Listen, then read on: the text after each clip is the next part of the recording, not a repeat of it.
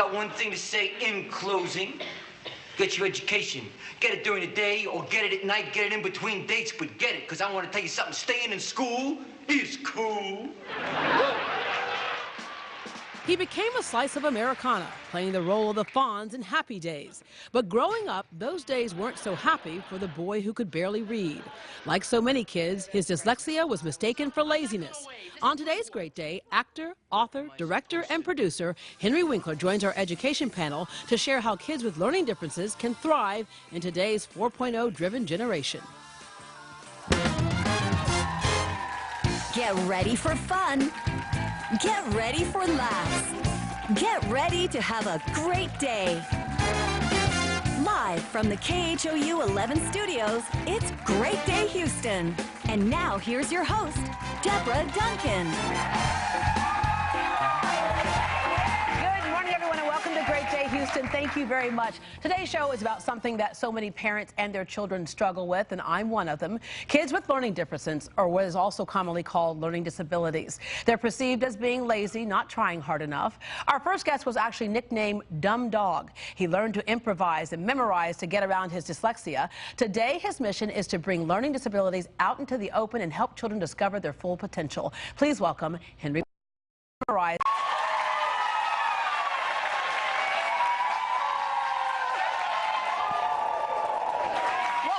Great day.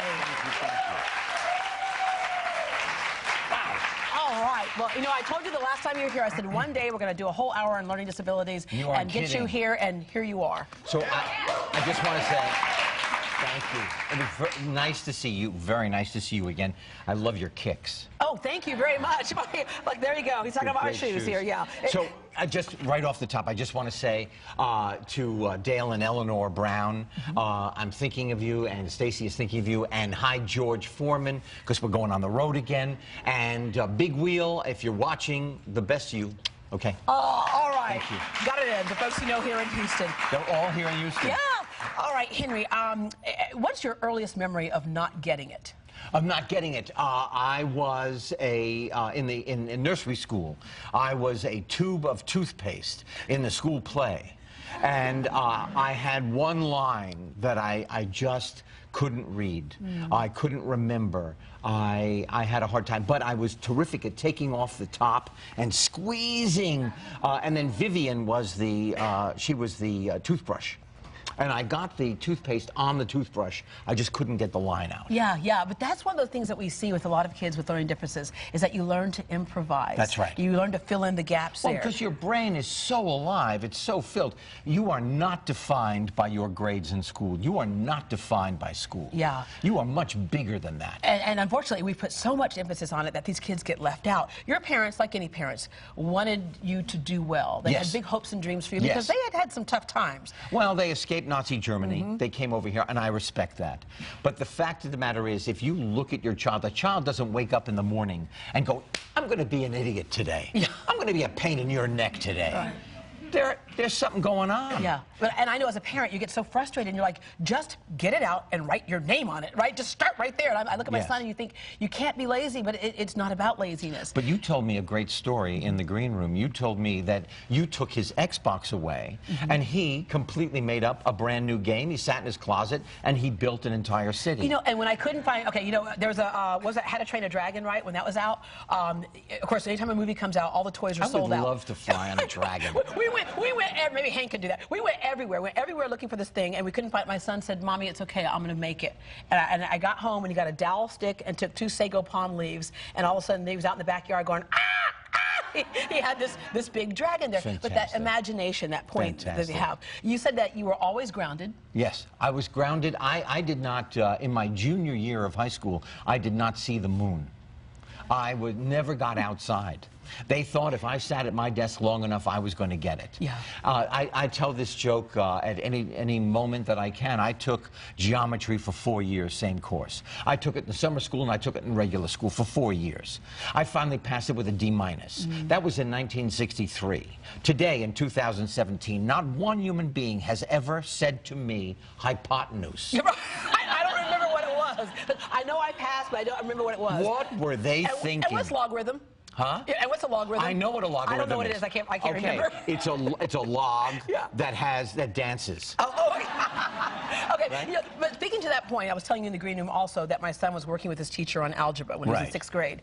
And she said, you know how you want to make the clean water pipelines? My son thinks you can put clean water through pipelines and take it to poor countries, right? And distribute clean water. And he goes, yeah. She goes, you have to know this. He said, no, I don't. He goes, you think I want to be an engineer? I don't. I'll hire my math. I'm going to be an entrepreneur.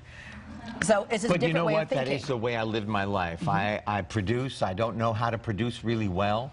You hire people who can do things you can't, and you bring who you are to the party. Yeah. You memorize and improvise, as I said, which Yes, is I do. great on the stage, is Right. great as an actor, and that ability got you to Yale. But let's back up. How did you get through college? And I remember, was it Neil Bush saying that when I got to the point where I could take the classes I was truly interested in, Right. is when I became a good student. Right. I never was a good student.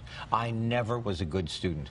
I ate time until I could get out of school. I was told I would never achieve. I think I've done pretty well. You have done pretty well. You know. Right. And then going to Yale for acting. So how did you handle script reading? Scripts, you know, you read them. I read them one word at a time. And then if I read it over and over again, the ability to memorize works very well. And then improvise on top of that. Well, when I forget what I've memorized, I improvise. But especially when in an audition. Right. When I would go to an audition for a commercial or for a play or for a movie, and I would, you know, go in, everybody could read it, I couldn't read it. I memorized as quickly as I could.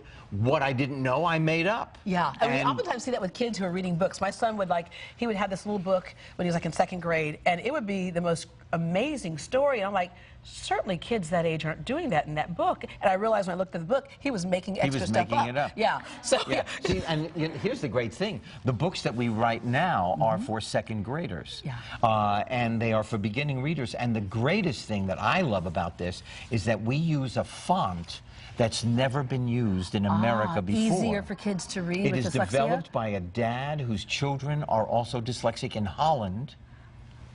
And it just, I'm telling you, when you look at the print, it pops out at you. Yeah, It just makes the eye... And it's very clean lines, too. Clean lines, and it makes the eye and the page friends. Go figure, the kid who couldn't read, who had dyslexia, becomes You know an what? author. Tale of Two Cities? Tale of Two Cities. We read it in high school. I took water and I poured it over the pages. It dried, it crinkled up, and when I carried the book, it looked like I was using it within an inch of its life. Well, but in reality, you read your first book by the time you were, what, 31? I read my first novel when I was 31, and now every novel that I read is on my shelf, and it's a triumph, a victory. Yeah, yeah. The fact that you're an author is so cool because you are I writing. think so too. Yeah, right. Yeah, we went back to your 3rd grade class and said, you know, Henry, he's an author, right? Right. People would be like, the what? first time I saw a book with my name on it, I smelled it. I rubbed it all over my body. Tell us a little bit about Hank, because the character is all the kids were talking about. Hank is short for Henry.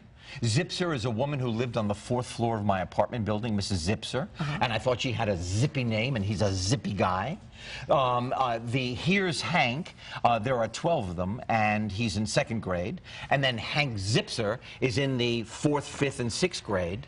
And he just gets himself into trouble. Yeah, give us a little bit here. Okay. All right. So this is going to work with your parent day. Oh, no.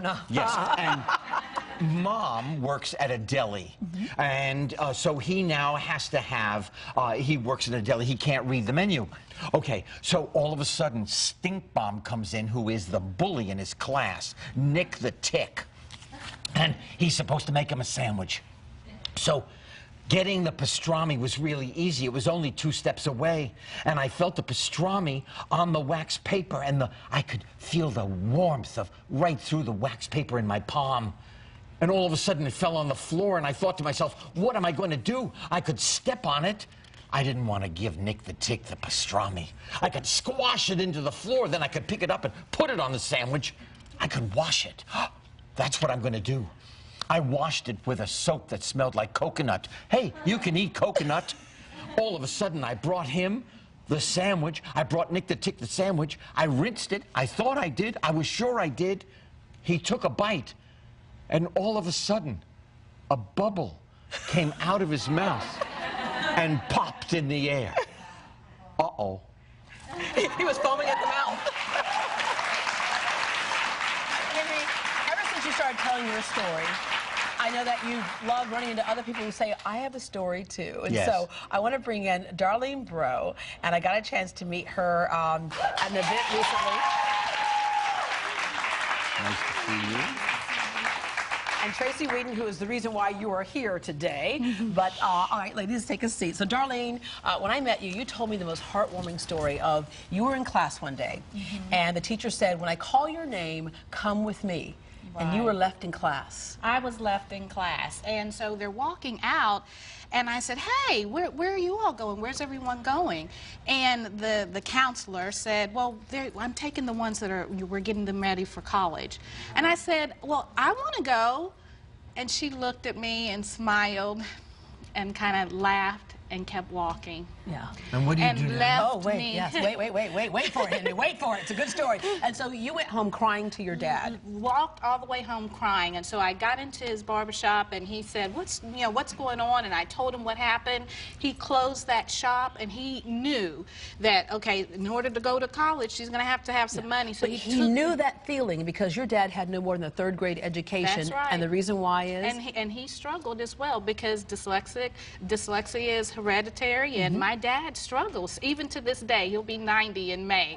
And so he knew that feeling of wanting to do something and not having the opportunity. Yeah. And he didn't know where to take you to fill out a college right? application. He took you to the bank. That's the only relationship he had. To the bank. And he had a relationship with the people at the bank. He knew she's going to need money, so he walked in and said, hey, my baby wants to go to college. I don't know what I need to do to get her there, but I need someone's help. Yeah. And they took me and they walked me through the process, and tell me what you ended up doing.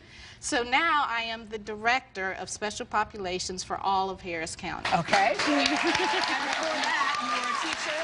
Yes. And you're the principal of a school. Teacher, a principal of a school, and although they didn't, anticipate that I would go to college, when I got my master's, I graduated. Oh, got master's too. I didn't know that part of the story. Graduated with a perfect 4.0. Wow. And I'm now getting my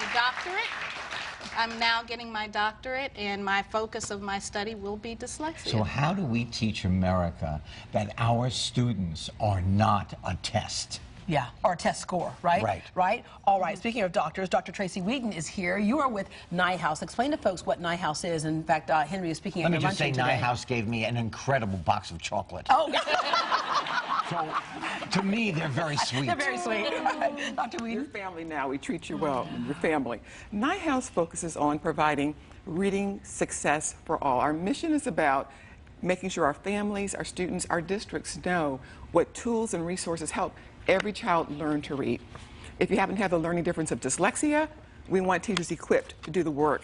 So it's not just about a test, it's about a journey that leads them to success.